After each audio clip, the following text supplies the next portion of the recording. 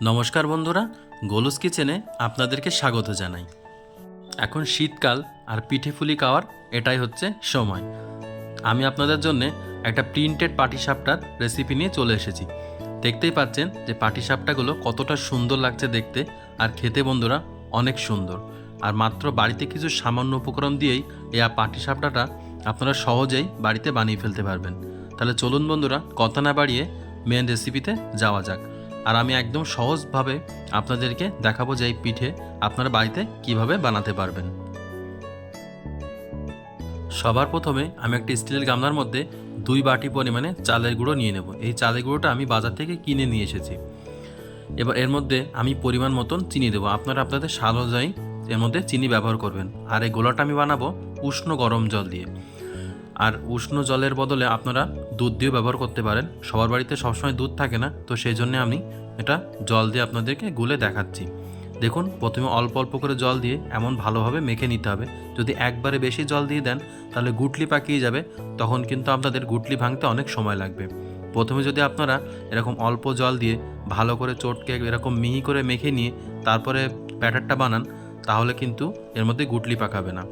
আর দেখুন, পাটিসাপটার গোলাটা কিন্তু পাতলাই হবে। আমি দেখিয়ে দিচ্ছি। দেখুন, এরকম পাতলা করে আমি গোলাটা করে নিয়েছি। আর দেখুন, এর মধ্যে কোনো গুটলি নেই। এবার আমি প্রিন্টেড করার জন্য আলাদা একটা বাটিতে তুলে নিয়েছি কিছুটা পরিমাণে গোলা।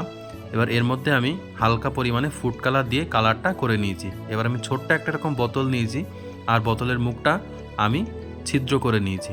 দেখুন, এবার এই ব্যাটারটা আমি এর মধ্যে ভরে নেব। দেখুন, ব্যাটারটা আমি এর মধ্যে ভরে নিয়েছি। ভরে নিয়ে আমি এবার প্রিন্টেড পাটিসাপটাটা বানিয়ে নেব। পাটিসাপটার পুরের জন্য আমি বাজার থেকে নতুন গুড়ের সন্দেশ কিনে নিয়ে এসেছি। আপনারা চাইলে নারকেল সন্দেশ দিতে পারেন বা ক্ষীর করেও দিতে পারেন। এবার আমি এরকম ছোটো ছোটো করে লম্বা লম্বা করে এরকম পুরটা করে নেব, যাতে পাটিসাপটার এ মাথা থেকে ও মাথা হয়। এবার আমি কড়াই একটা গরম করে নিয়েছি। এবার গরম করা কড়াইয়ের মধ্যে আমি কিছুটা পরিমাণে তেল এরকম করে ব্রাশ করে দিচ্ছি।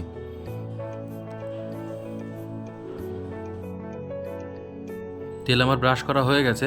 এবার আমি যেই ইয়েটা করেছিলাম, গোলাটা আলাদা গুলেছিলাম, এবার এরকম করে চিটচিট করে প্রিন্টের মতন দিয়ে নেব। প্রথমে আপনারা যে কোনো ডিজাইন করতে পারেন, আমি এরকম করে মানে ফোটা ফোটা প্রিন্টের মতন দিয়ে নিচ্ছি।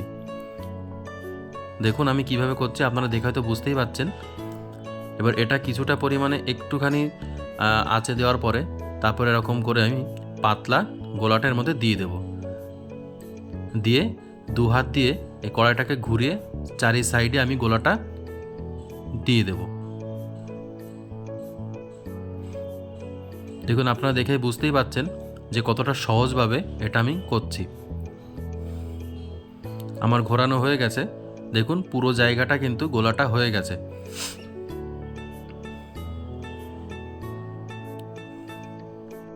আর এই ক্ষেত্রে জালটা কিন্তু মিডিয়াম হাইতেই রাখতে হবে। দেখুন, কিছুটা উপরটা যখন এরকম শুকনো হয়ে আসবে, তখন এরকম এই সন্দেশটা আমি দিয়ে দিলাম। দিয়ে খুন্তিটা এরকম আলতো করে নিয়ে, যদি খুন্তি দিয়ে ওঠে তো ভালো, না হলে হাত দিয়ে আপনারা এটা ফোল্ড করে নেবেন। দেখুন, আমি হাত দিয়ে এরকম চেপে চেপে ফোল্ড করে নিচ্ছি, আর কত সুন্দরভাবে উঠে আসছে। আর দেখুন পিছনের প্রিন্টটা কত সুন্দর দেখতে লাগছে। একদম সহজে আপনারাও এইভাবে বাড়িতে পাটিসাপটা বানিয়ে ফেলতে পারবেন, প্রিন্টেড পাটিসাপটা। দেখুন, আমার একটা বানানো হয়ে গেছে, আর কতটা সহজভাবে এটা করা হয়ে গেছে। আমার এই ভিডিওটা যদি আপনাদের ভালো লেগে থাকে, তাহলে লাইক, কমেন্ট, শেয়ার ও সাবস্ক্রাইব করে আমার পাশে থাকবেন, ও পাশে থাকা বেল আইকনটি অবশ্যই ক্লিক করে দেবেন। আর বাড়িতে একবার হলেও বানিয়ে খেয়ে দেখবেন।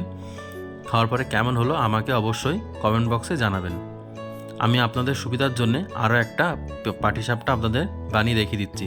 সেম একই রকমভাবে আমি এরকম তেল ব্রাশ করে নিলাম, আবার এরকম ব্যাটারটা দিয়ে ফোটা ফোটা মতন ডিজাইন করে নিলাম। ডিজাইন করে নিয়ে আবার সেমভাবে একই রকমভাবে একটু গোলা দিয়ে দিলাম। গোলা দিয়ে এবার আমি দু হাত দিয়ে আবার এরকম ব্যাটারটা চারিদিকে ছড়িয়ে দেব। আর এই ক্ষেত্রে জালটা কিন্তু মিডিয়াম হাইতেই রাখতে হবে।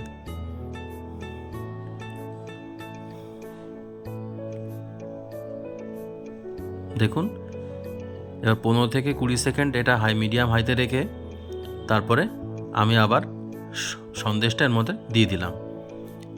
দিয়ে এবার আমি আবার আলতো করে ফোল্ড করে নেব।